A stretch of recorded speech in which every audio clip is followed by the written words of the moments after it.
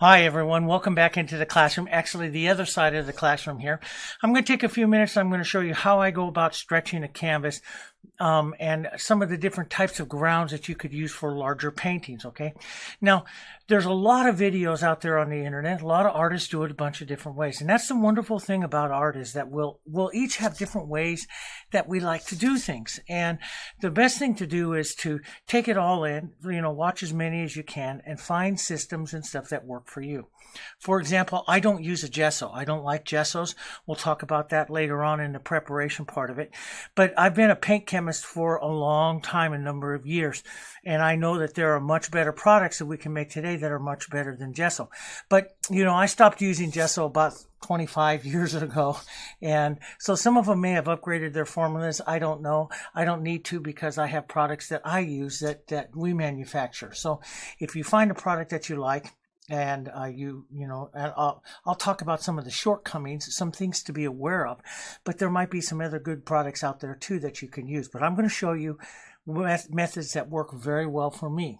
Now, when it comes to the canvas, there's a bunch of different kinds, and I buy canvas like this in gigantic rolls. Okay, and a roll is like this. This is, for painting like a 2-foot by 3-foot painting, this one will do like 100 of them. It does an amazing number of them, and it cost me about $58, maybe about with shipping and everything about $70 and stuff coming in. So, it's very inexpensive. The canvas part of it. Now this is 10 ounce, and it's a fine weave canvas duck, and it's a natural color here. It's not white, it's not primed, because I'd rather do all of the priming myself. I find that I'm a manufacturer of products, and if it's primed, I don't know what's that primer that they used and what the quality of that primer is that they use, so I don't do it. I'd rather do it all myself, and I'll show you that. But I get big rolls like this. Now, some of the people say, cut it. Some of them say, don't cut it. Some of them say, you should tear it and stuff. I tear it. And so this is like one that I've already torn. I make a small cut and then I tear it just like you do a fabric. And with that, you're going to get a fine little, torn edge. But they say, and it does, and I found that that's very true, that it tears straight along the weave. And you'll get a little frayed edges like this and stuff. But this, you can all trim out and stuff later on. But I find that it does tear very, very straight, and it's not a problem. But this is a heavier weight, 10 ounce or so. When I put my finishing material on there, my paint, my ground colors and everything, it's going to give it a finish weight up and around maybe 16 or 17 ounces.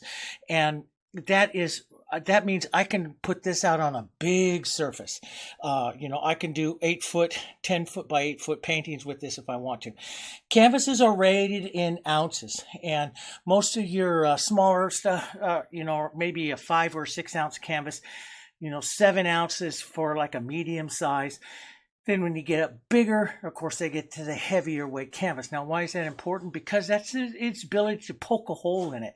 The more that you span it out, you want a thicker weight canvas, thicker weight fabric, so that you don't poke a hole or anything like that in it. So I already start a pretty heavy canvas here, and then I tear it all up. Now, some of the other things that I use, and let me come down here onto the down shot and show you. Some of the other things I use, this is a board that I have all prepped up here, ready to go for a seascape that I'm going to be painting. It's a 31 by 20. I think I put it on the back side here. 32 by 21 is what I have here. Now, this is a birch panel. You can use an oak or a birch panel. You can get it right at your home store. It's a 1/4 inch thick. And what I do is I put a light color, a light primer and a sealer onto both sides of it. And then I adhere a linen fabric to it when I do a board like this. This is my linen fabric that I get. You buy it at your fabric store. It's a beautiful cotton linen, and it's not I try to stay away from the blends as much as possible, but it's a beautiful, beautiful weave of it. And then I take, we have sealer and light primer, and I have a video on it that shows how I do that. I do it on all different kinds of surfaces. I do it, here I have some smaller surfaces ready to go for the landscape class for some what I call thumbnail paintings. And this is a 1/8 inch MDF board, and I put it on both sides. Now you put it on both sides because if you just put one side, the primers are so powerful they'll warp an 1/8 inch board. So you have to put it on both sides. But I don't put linen on both sides. I just put linen on one side. So this is all adhered down with the linen.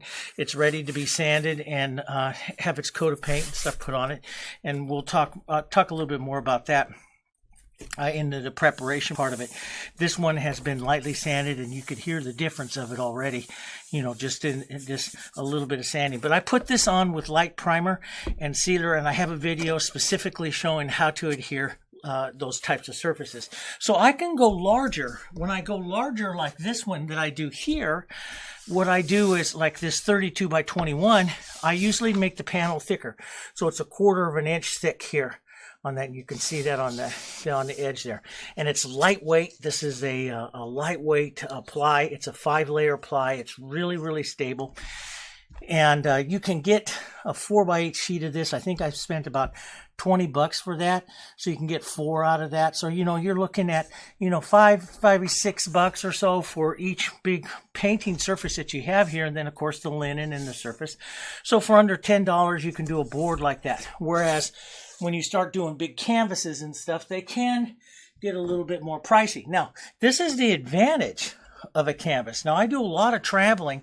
This is a big painting that I did here of the elk, and it's been taken back off the stretchers because if I archive it, or if I'm going to ship it to a client or something like that, we put down a special fabric here, and then we roll it all up, and it goes all up into a tube really nice, and it ships really nice that way, and the stretchers go with it and everything like that. And so it's much safer to ship in a rolled version than it is to ship in a flat version where it can be poked and stuff and get a hole or something in it.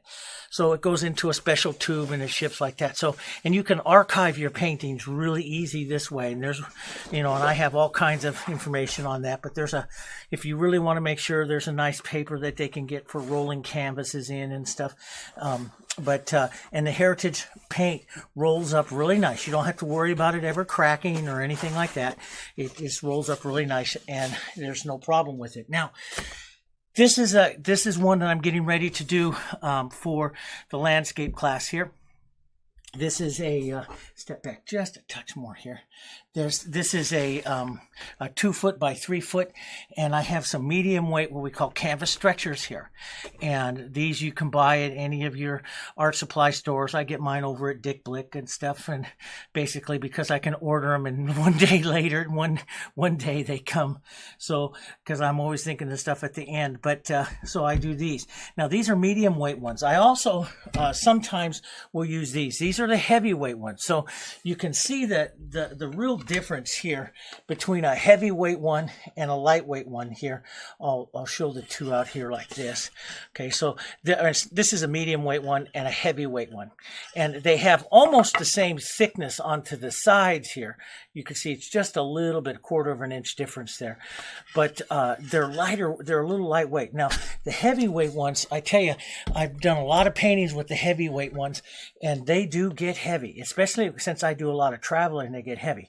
These, I've done a lot of canvases with these, and they've worked out really nice. Now, what's the difference? Well, they have, if you start going too much into the span here, start getting it too long here, you might have to put a support stretcher here or support stretcher across this way, just because you'll start to pull in the board here a little bit. Now, I've painted on these a lot, and this board is still so thick that at 3 feet, I can't pull it in, and so I don't worry about that. That still works pretty nice.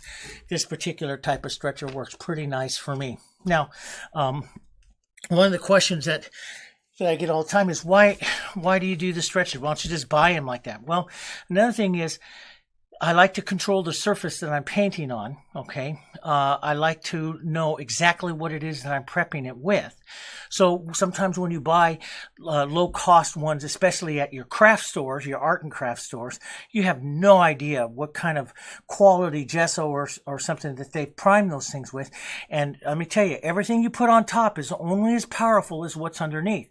So it's horrible to work on a painting for a month or so, and then all of a sudden the paint starts peeling off, and you'll hear about those types of horror stories all over the place, especially as they start to get with these cheaper canvases and you get chemicals and compatibilities, because some companies will add a lot of plastics and vinyls to their prep to keep them flexible and keep them from cracking, but then that creates a problem with something else sticking up on top of it. So I like to go all the way down to the fabric and work up, especially if I'm painting a commission piece, and I paint a lot of commission pieces, and I like to know that my customers are going to be really happy with it and it's not going to have any problems. So I start from the ground up and I control everything that's there.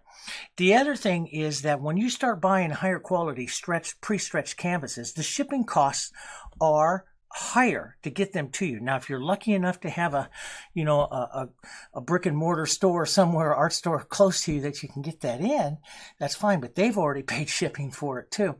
And the cost of those are quite higher. So we have found over time here that stretching our own canvases, not only does it give us a higher quality, I can control the weight of the canvas, I can control the prepping material, the finished product all the way from the very beginning, but it also costs about half of what it does to buy a pre-stretched canvas of a compatible size, a nice quality pre-stretch. Let's put it that way, a nice quality pre-stretched canvas.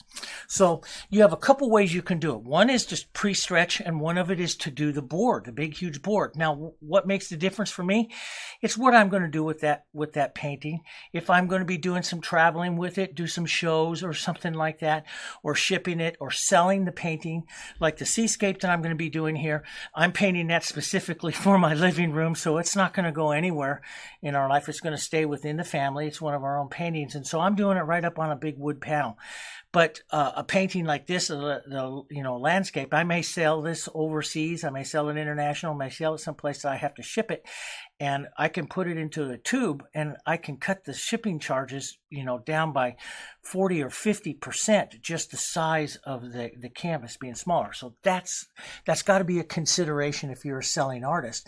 And so a lot of selling artists will go to rolled canvases that they can roll and put in a tube and send it off. And then all their frame stores, no matter where you are, will have stretchers that will fix it, because frame stores stretch canvas also again once they get done. So it's a nice way to archive paintings, it's a nice way to stretch.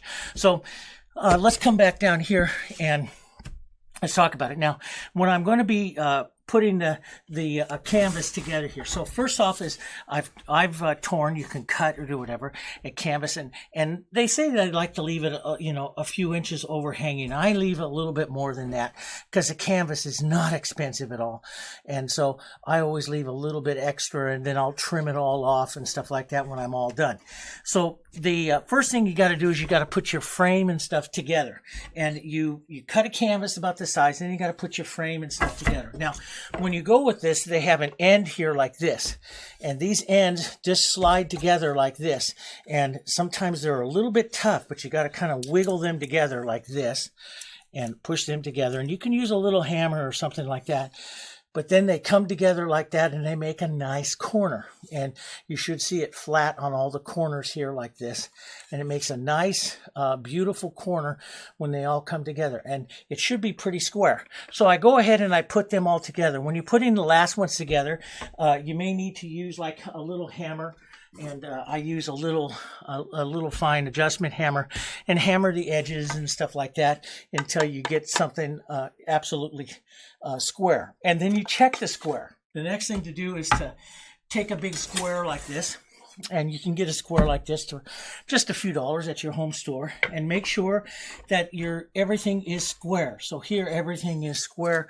Check all four corners and stuff. Everything is square here on mine, because you want everything to be square when you put it all together, because if it isn't, and you paint it and you paint the edge and you do an edge like a gallery or something like that, and they go to put it in a frame, it won't fit in the frame. So make sure everything's square. Okay, now the next step is once you have it all centered up, you kind of find that you kind of put it in so that it's going to be straight into the canvas that you have torn in position.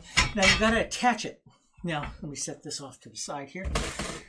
To attach it, I use electric staple gun now. I used to, for the longest time, I used to do it by hand with this little Boston. This one put together so many canvases for me, but now I use this little electric one like this because I tell you, I put a lot of them together, and after a while, something like this, it just gets your hand a little bit tired. So I put them together with the electric one too. And you can get yourself, there's all kinds of tools. There's some of these are little canvas pliers. You can get these from $15 all the way up to $150. And it all depends on how you're going to go about stretching it. Now here, these are just a little $20 pair one. And I'm going to show you a couple of different ways and what different artists show. And then your job is to find out what you do.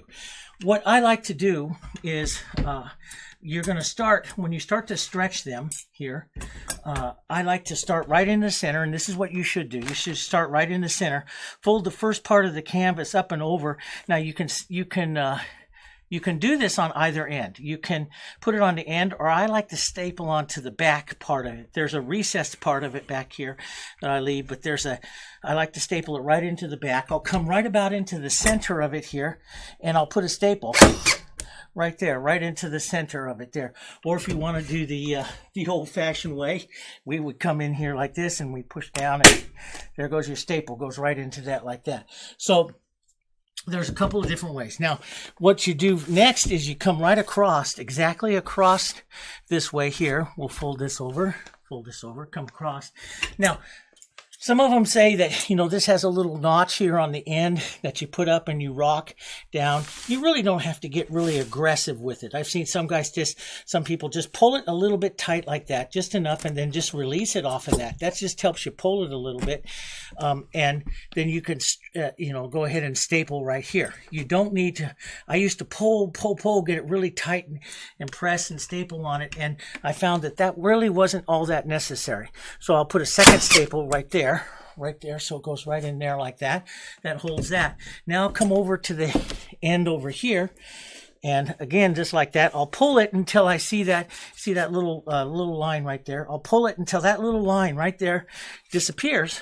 So without it, you'll see the little pull line from the fabric. And so here I'll just pull this way just a bit, just until that line disappears there.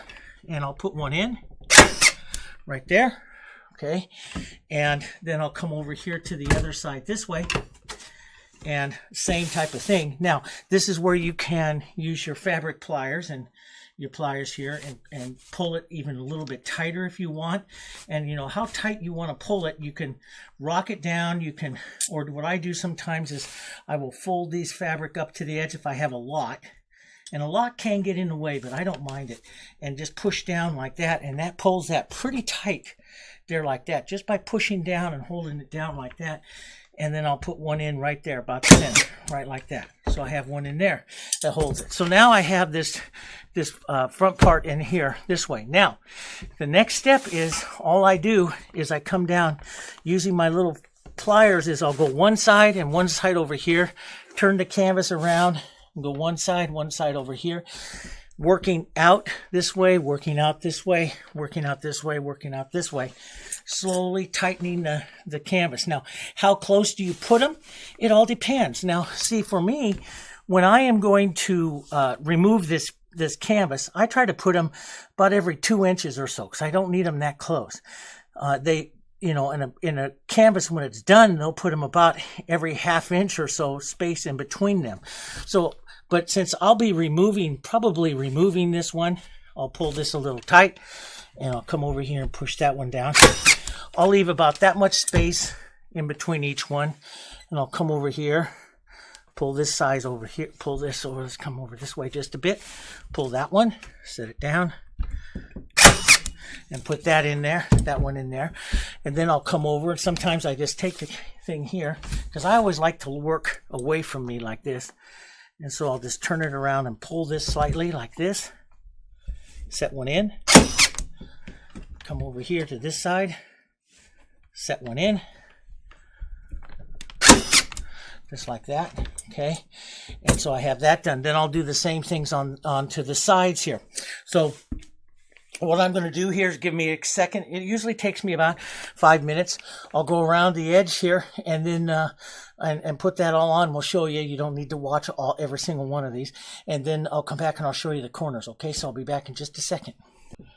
Okay, welcome back. So I got that around there. Now I left myself purposely here the corner so I can show you that. And then I left myself a little bit of a problem, so I'll show you how to correct that too. First, let's do the corners. I'll do the corners, then we'll go back and I'll show you about the little bit of a problem. Okay. So to do a corner here, let's come on down here on the down shot. To do a corner, this is the side. This is along the top. So this is the part here that would actually hang, you know, on the top of the canvas or something like that. This is a long side. This is a short side. Okay, the end. Now, everyone folds corners a little different. I like them so that if a person, especially a gallery canvas, is looking at it, they look at a finished edge that's like this, because when it's the finished edge is up on the top up here like this on this edge, they don't see it. If a person's looking in at the edge, they see that edge there. So I like to fold where it hides up here like this. So, but you can fold from either side, and everyone has a different opinion. To do that, what I do is, this is my long side here. So I take the long side and I pull it down because I want to hide it on the short side here. So then what I do here is I'm going to bring the short side up. So I'll just come over here, grab right into here and pull down like this. Okay, so that's going to pull the corner in this way. This is all going to be extra here that you fold back this way. Now, what I want to do is, now I'll bring this up here and I want to roll it just a little bit in my finger so that when I fold it over like that, I get a nice hidden corner right here onto the side. See, it's a nice, let's hold that there. It's a nice, beautiful hidden corner here that will be hidden. And then, of course, this is the back of the frame. So this top corner folds like that. So what you do is you pull down, then grab somewhere in here, pull it tight right in here like this. That gives you some extra that you then pull that back up out of the way. And you don't staple that down because you have to be able to roll it a little bit as you're going to adjust the edge. You can roll it with your finger a little bit as you adjust that edge so that when you fold that here like this, that is going to fold right up against that side. Really nice. Right there like that, and give you that beautiful corner. Then you come right back here like that, and you put a couple staples in it, and that holds that corner absolutely perfect, just like that. So what I'll do is I'll go around and see, it's a beautiful corner there. That'll look really nice into it when it's hang. You know, of course, this is the top side, so that when they're sitting there, they're looking at it, they'll never really see the actual corner. So what I'm going to do is go through, fold the other few corners, and then I'll come back and I'll show you how to correct a problem that we might have inside the canvas. Okay, back in just a minute. Okay, welcome back. Now, what I did was I went and did all four corners and it looks really nice. Now, what I purposely did was I left a problem inside of this, because that's one of the things I like to do is, you know, you get some canvases and stuff that are going to give you a problem, and I want to show you some different ways to get out of those problems, okay? So first off here, let's look down here. Here on the canvas, you'll see this little seam line that's right here. You could just barely see that right here. That is from a fold in the canvas. When it was rolled, it just buckled a little bit. And that means, and you know, overall I've got a real nice tension, you know, on the canvas here. I've got a real nice tension. But I want to be able to get rid of that. So I released, all I did was I came back here on the underside here. Let me step back here just a bit. Okay, I came back on the underside and I removed my staples back up off of here, off of this side.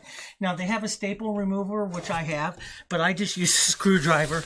I have a staple remover, but I just use a screwdriver and I take those staples back out. Not all of them, just along that side there. So I left the ones right here and here. So right in line where that little seam is right there, that I can take it out. Now, what I did is I put in one of the extra cross pieces.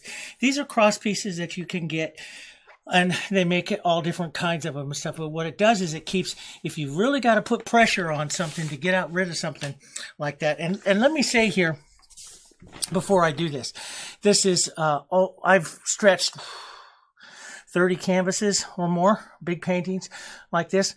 And it's happened to me maybe 3 times where I've come across a fold like this. So most of the time you will never have that problem. And if it does, if you have a fold like that, yeah, you can iron it out first to make sure it's all, flat, and then you don't have to have that problem.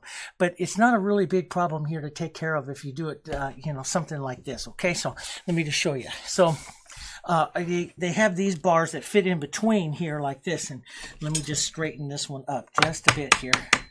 And I don't even put it down yet for the it comes with screws and little mounting brackets and stuff, but I don't do that. So I leave one side attached down here, and I leave this side here is my loose part again. And you can see, boy, it just watch, even with my hand pressure now, you can see I can pull that seam. Well, you can hardly see because of my hand here, but just a little bit of hand pressure, and that takes it out. But when you start putting that much pressure, what's going to happen here is it's going to deflect. It's going to bow in. It's going to bow in this bar here. So that's one reason why you put it here, because you don't want it to come off square. And right now I am still very square, so I don't want it to come off square. So I want to be able to put just a little more pressure on this, pulling it tight to get rid of that little bit of seam right there like that, which that does it right there. And that one spot, that gets rid of it. I'll put that down, and then I'll come back up over here. We'll move over and we'll do it again. And that allows me to really, I can pull on that quite a bit, really get rid of that seam there, and without deflecting that board too much there. There we go. We'll pull that down there. Now you don't want to do it too much. You do have to worry about tearing the canvas. Now that one didn't go in all the way, so you just give it a little tap there. I suppose that sounds pretty good there with the microphone right there. Sorry about that. But I'll just tighten this up a bit here. And right up over here. Put it right there. Let's put just a couple more right here. Fold that over and grab that and pull that right there.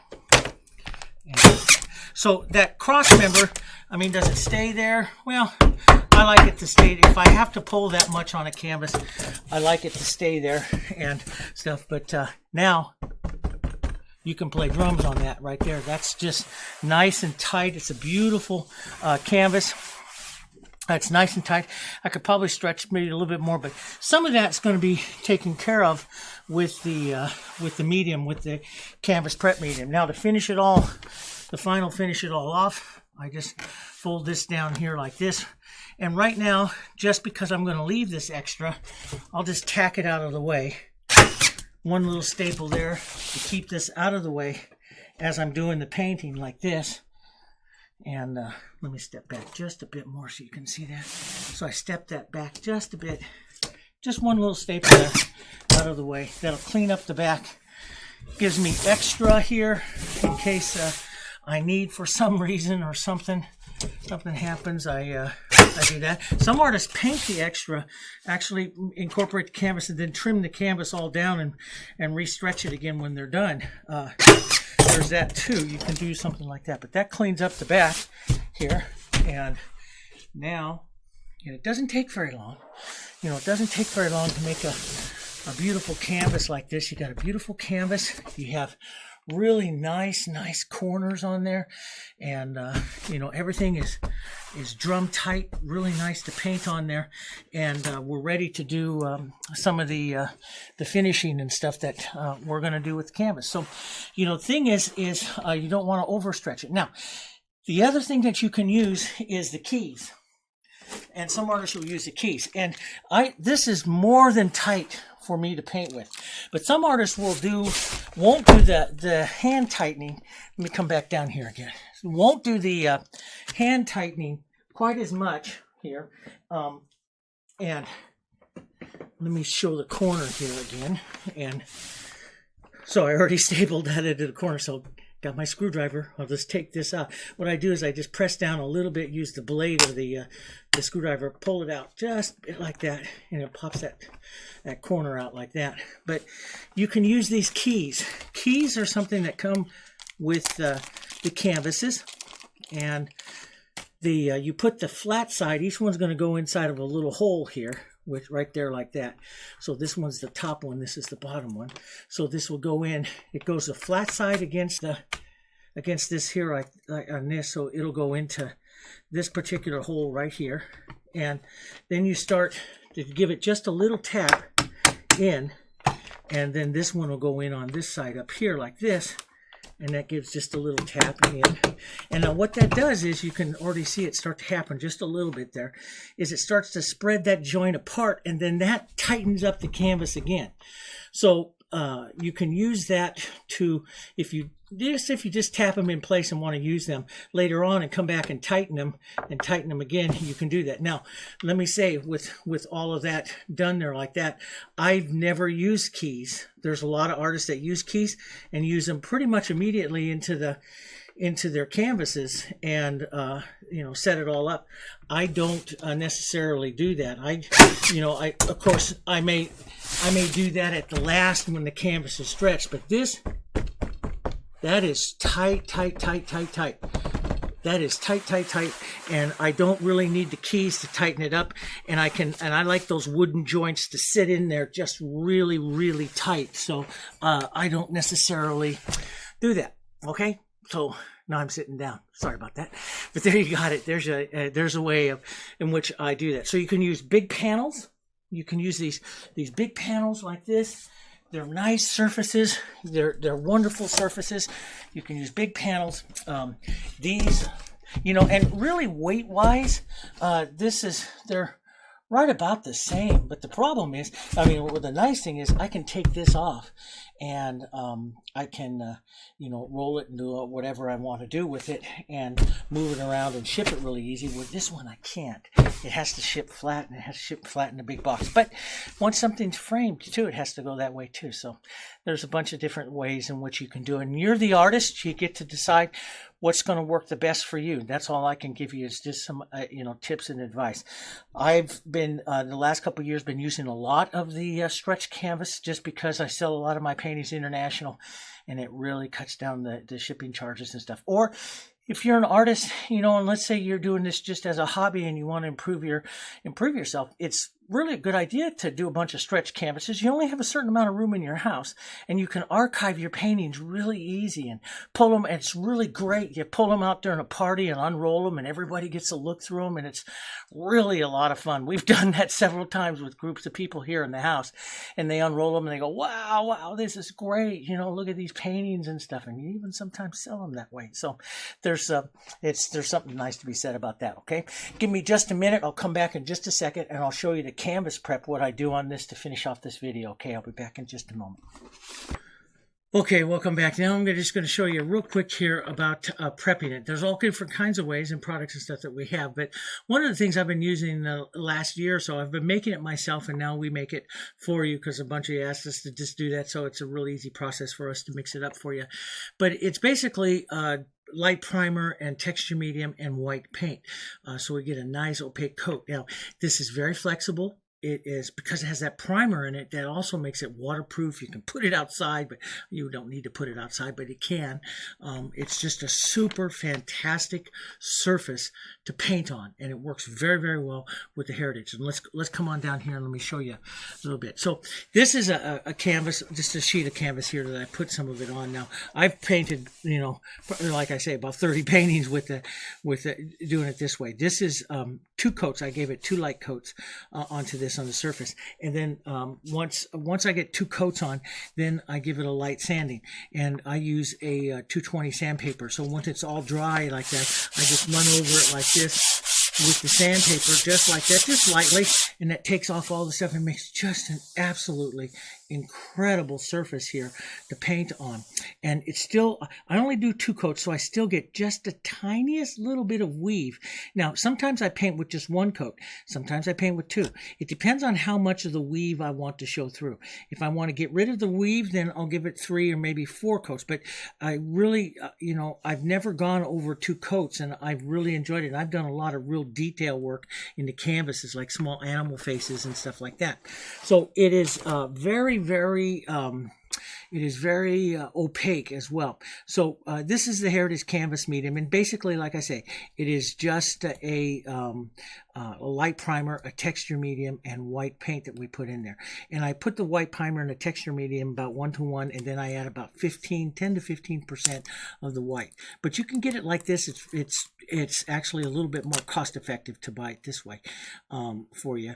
And what we do is it comes out, it's really nice and creamy like this, and you can just put some of this out onto your canvas. Now what I use is tile setter sponge here, and I cut it up into chunks. So this is a quarter of a tile setter sponge, and I just get it lightly damp, and you'll see that you'll get one coat, instantaneous smooth cover, and really nice penetration right away. So you see it's really easy to apply, and it's a lot easier really to apply than gessos or anything like that. It just goes on really super nice. You get good penetration. There's no ridges in it whatsoever here, and I'll just go through and coat the whole canvas here. And like I say, a jar of it depends on the size and how thirsty a canvas that you have and stuff like that, but you know, it does, you know, it does quite a bit. I think I calculated it out like 36 or 40 square feet or something like that. It did quite a bit here of this. But so what you have is, you can look at that right there. Just by that, you get this super smooth coat here, and it's just a beautiful coat. And that's just one coat through, and it's soaking through. Now, what happens? You don't want to do it. I mean, you can do it too much and kind of waste medium. But if you see, this is the underside of this one here. And on this one, I really pressed with the coat down, and I start getting all the way through penetration. You don't really need to go all the way through to where you see this much going through. You could actually thin it down, water it down, and get that type of penetration. You really don't. It doesn't need to go in all that way. If you get a few spots like this, that's okay. That just means it's great. It's gone all the way through. So, but you'll get this, and it'll dry up. It'll dry up here pretty fast because it's just all 100% acrylic like this, and so and you just what I do is I just put on a little bit here with a spoon into the area that I need, or you can touch it out and just work it through. Every once in a while you might want to touch your sponge into just a little bit of water. This will tighten up the canvas just a bit.